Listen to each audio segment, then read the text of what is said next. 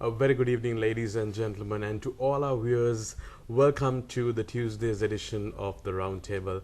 It's so nice to have you back on the show, and thank you for joining me. My name is Krisanta, and as usual, today once again we have a very, very distinguished personality to talk about a very important topic, especially for those parents who are out there thinking of higher education for your children, especially when it comes to foreign education. So to discuss this very important topic, as I mentioned earlier, we have this wonderful person from Aspirations Education. He's the chairman of Aspirations Education. Very good evening, Mr. Ajith Abeysekera, and thank you very much for joining us with the roundtable. Before we start, Mr. Abeysekera, a little bit about yourself. You as a person, if you could tell us exactly.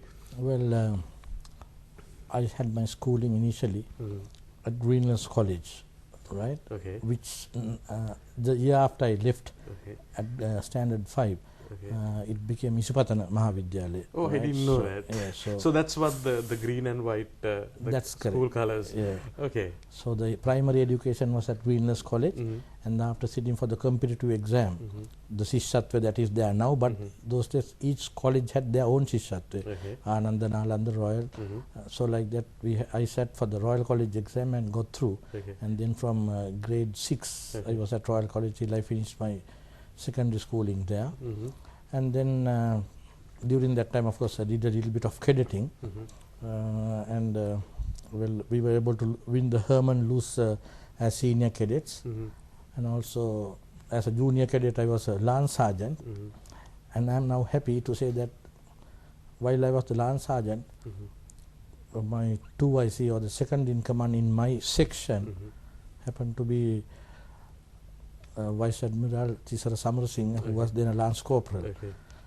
And the present army commander's brother, elder brother, Mr. Suhada Jayasurya, happened to be the corporal in that section. So then I played a little bit of badminton and cricket at house level, but didn't go beyond that.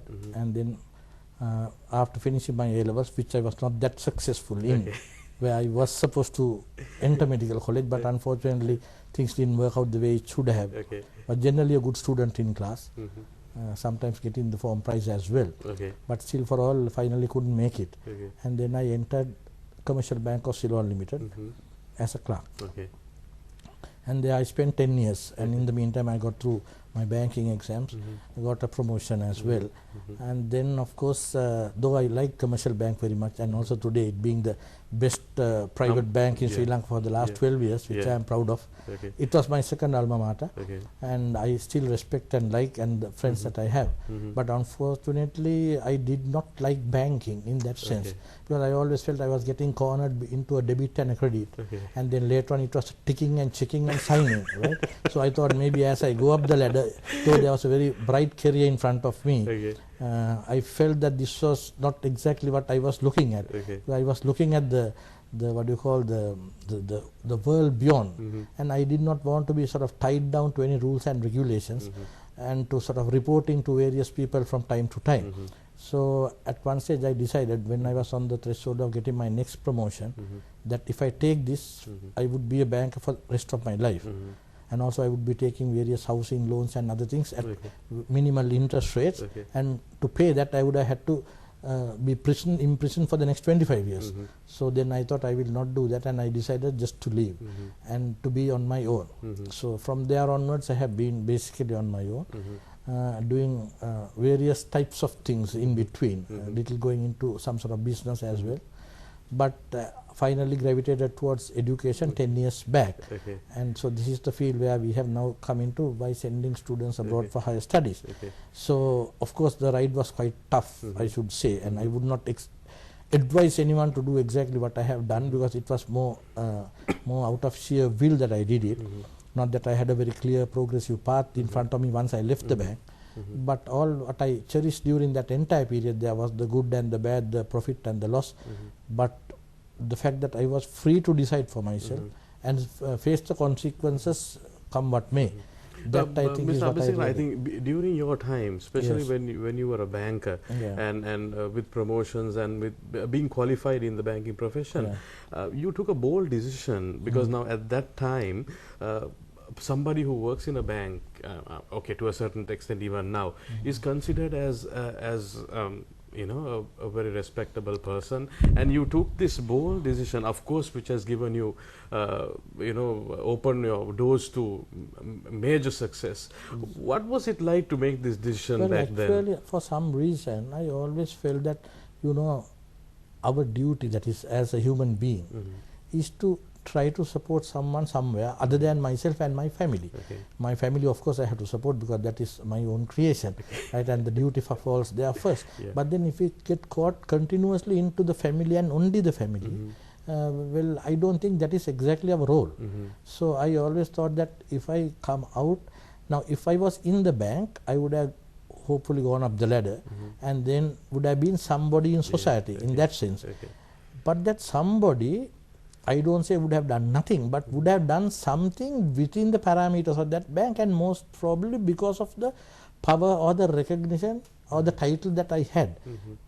And people most probably would have come to me also because of Ajith Abeysekera, who is so and so of that bank, Okay. right? Okay. And that would never not would have been actually the man has recognized me for who I am as an ordinary human being. Okay.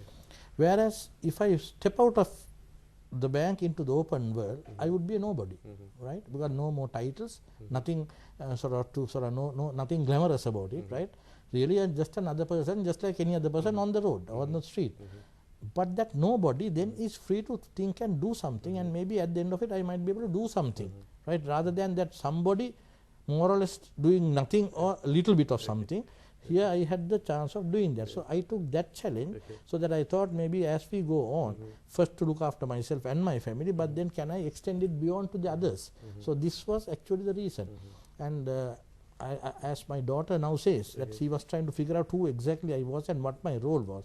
And finally she has zeroed in on the fact that I am supposed to be a social entrepreneur. I am not a businessman, and I would never ever say any day that I am a businessman, right? Absolutely, because later on in the program we will find out why his daughter actually says that, because of the passion that he has as a person, wants to help other people.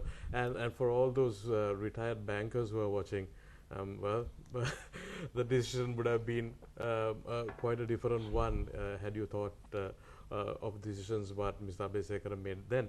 Mr. Abeysekera, tell me about the after your banking career. You took this decision. How was the birth of Aspirations Education? Yeah. How did this come? Well, after that I did some imports of vehicles and various other things from Japan mainly. And then I did go into the stock market a little bit also when it was booming in the 1990s, early 90s. Okay. In fact, it was actually even better than what it is now. And in that process, of course, I did enter into it a little in a big way. And unfortunately, when it crashed, I too had to crash out, right? And that was at quite a considerable loss. And that actually took a great toll on my efforts thereafter, and it took a long while to come back. And in the process, of course, I went from various other small things to finally came up to education, which I liked actually because of the fact that well, the education was one thing I always wanted, and I always had some idea of going somewhere, but I was not able to do that. And I knew exactly how a person would feel when they are unable to get to that spot that they want. And then I saw my role here as a person who has gone through the tough side of it, to see how best I could support